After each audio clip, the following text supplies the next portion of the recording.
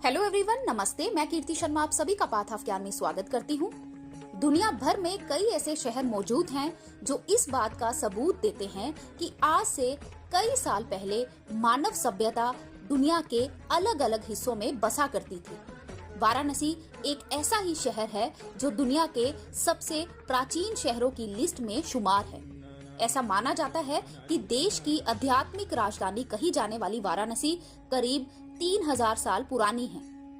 इस शहर का इतिहास लगभग 11वीं शताब्दी का है। हालांकि कुछ विद्वानों का ऐसा भी मानना है कि ये शहर 4000 से 5000 साल पुराना है। वाराणसी उत्तर प्रदेश का वो शहर है जो धार्मिक और सांस्कृतिक विरासत के लिए दुनिया भर में मशहूर है।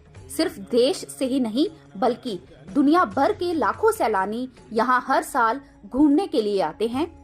वाराणसी आने के बाद यहाँ की संस्कृति में घुल जाने के बाद कई विदेशी तो इस पावन नगरी को ही अपना घर बना लेते हैं। वाराणसी को बनारस और काशी के नाम से भी जाना जाता है। वाराणसी दुनिया के सबसे पुराने शहरों में से एक है। ये हिंदू धर्म के लोगों के साथ साथ बौद्ध और जैन धर्म के लोगों के लिए भी काफी पवित्र माना जाता है।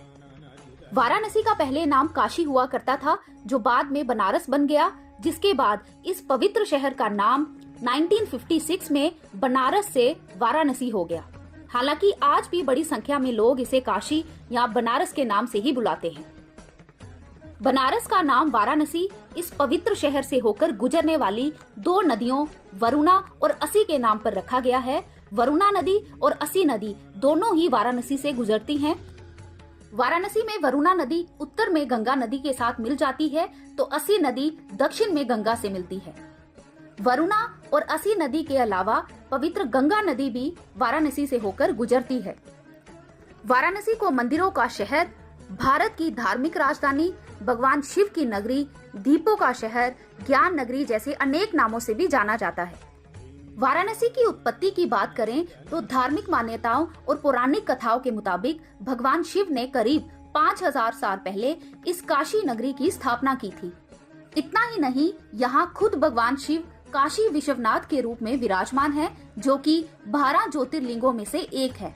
यही वजह है कि आज भी बनारस हिंदुओं के लिए एक प्रमुख तीर्थ स्थल है। स्कंद पुराण, रामायण, महाभारत, प्राचीनतम वेद ऋग्वेद समेत कई हिंदू ग्रंथों में इस शहर का उल्लेख मिलता है। प्राचीन काल से ही काशी शिक्षा और संस्कृति का केंद्र रही है। यहाँ पर प्राचीन वेदों और उपनिषदों की रचना की गई। ये स्थान संतों और ऋषियों का निवास स्थल भी रही है, जो यहाँ ध्यान और साधना करते थे। इतिहास के विभिन्न कालों में काशी विभिन्न साम्राज्यों का हिस्सा रही है, जैसे कि मौर्य, गुप्त और मुगल साम्राज्य। मुगलों के शासन के दौरान भी काशी ने अपनी धार्मिक और सांस्कृतिक पहचान को बनाए रखा। काशी पर मुगलों का भी प्रभाव पड़ा, लेकिन यहाँ की संस्कृति ने उन्हें भी प्रभावित किया। मध्यकाल में काशी में कई मंदिरों और धार्मिक स्थलों का निर्माण किया गया। भारतीय स्वतंत्रता संग्राम में भी काशी की महत्वपूर्ण भूमिका रही है। बनारस हिंदू विश्वविद्यालय, जो पंडित मदन मोहन मालवीय द्वारा स्थापित किया गया था, इस शहर को शिक्षा का एक महत्वपूर्ण केंद्र के रूप में स्थापित करता है। आज काशी एक प्रमुख तीर्थ स्थल है, जहां हर साल लाखों श्रद्धालु और पर्यटक आते हैं। यहाँ के घाट, मंदिर और संकरी गलियां इस शहर की प्राचीनता और सांस्कृतिक धरोहर को जीवंत बनाते हैं। इस प्रकार काशी का इतिहास धर्म, संस्कृति और शिक्षा से जुड़ा हुआ है और ये भारतीय सभ्यता की धरोहर का एक महत्वपूर्ण हिस्सा है। इसके अलावा बनारस जितना बाबा काशी विश्वनाथ जी के लिए फेमस है, उतना ही फेमस है बनारसी पान के लिए, जिसकी चर्चा बॉलीवुड के गानों से लेकर देश विदेश तक होती है। इतना ही नहीं, काशी में खान पान भी एक संस्कार है, जो कि सुबह से शुरू होता है और रात तक चलता है। बनारसी पान के अलावा कचौड़ी सब्जी, छेना दही बड़ा, मक्खन मलाइयों, चूड़ा मटर और लस्सी का स्वाद चखे बिना आपकी इस शहर की यात्रा अधूरी रह जाएगी। बात करें अगर यहाँ की ठंडाई की, तो यहाँ की ठंडाई में दर्जनों मसालों के साथ फल और फूलों का तड़का लगाने के बाद हर मौसम के मुताबिक यहाँ ठंडाई तैयार की जाती है।